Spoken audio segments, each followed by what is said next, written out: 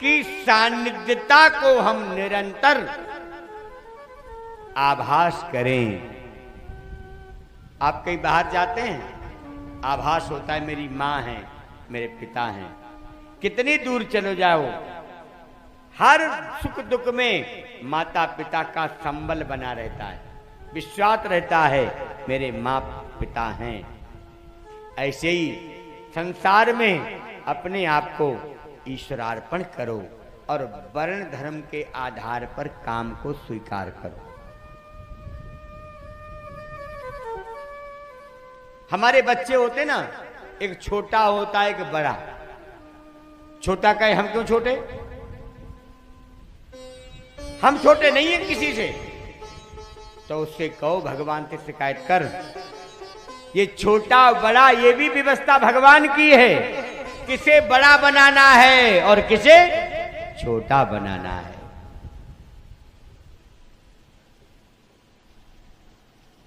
वर्णाश्रम के आधार पर अपने कर्तव्यों का पारायण करना चाहिए। वाह, गृहस्थ का नियम है अतिथि देवो भव। घर में जो भी हो पहले अतिथि की सेवा हो जाए, हम लोग बाद में। तुम्हारे घर में अतिथि आए हुए हैं, इससे पहले गृहस्थ आश्रम में यदि आप भोजन कर लेते हैं तो आपसे अपराध बन जाता है। मेहमान हो,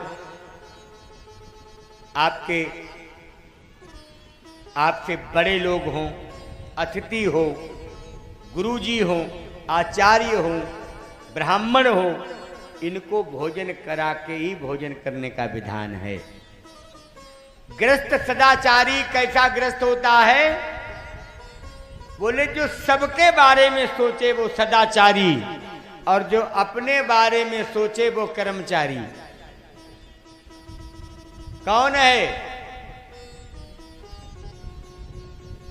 भरने को तो दुनिया में पशु भी पेट भरते हैं, यूं भरने को तो दुनिया में पशु भी पेट भरते हैं। जो बंदा बांट कर खाए, जो बंदा बांट कर खाए, उसे इंसान कहते हैं।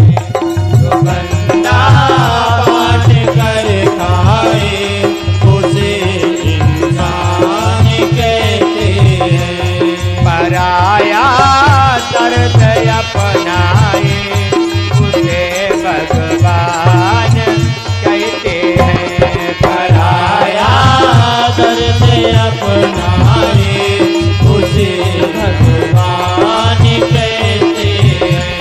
किसी के काम जो आए, उसे इंसान कहते हैं। किसी के काम जो आए, उसे इंसान कहते हैं। गृहस्थ आश्रम में पहला नहीं, विचारों में भिन्नता खान पान से हो जाती है। अगर सबको खान पान एक रहेगा तो सबके विचार भी एक रहेंगे। घरों में विचार क्यों नहीं मिलते हैं? खान पान अलग अलग हो जाता है। किसी को फल प्रिय है तो किसी को फास्ट फूड प्रिय है, और किसी को पकवान प्रिय है, किसी को सादा भोजन प्रिय है।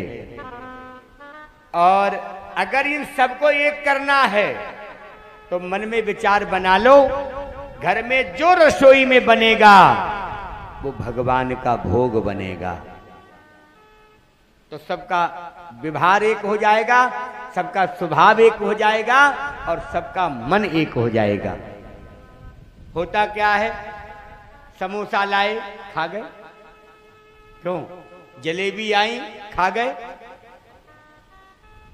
फल लाए, खा गए।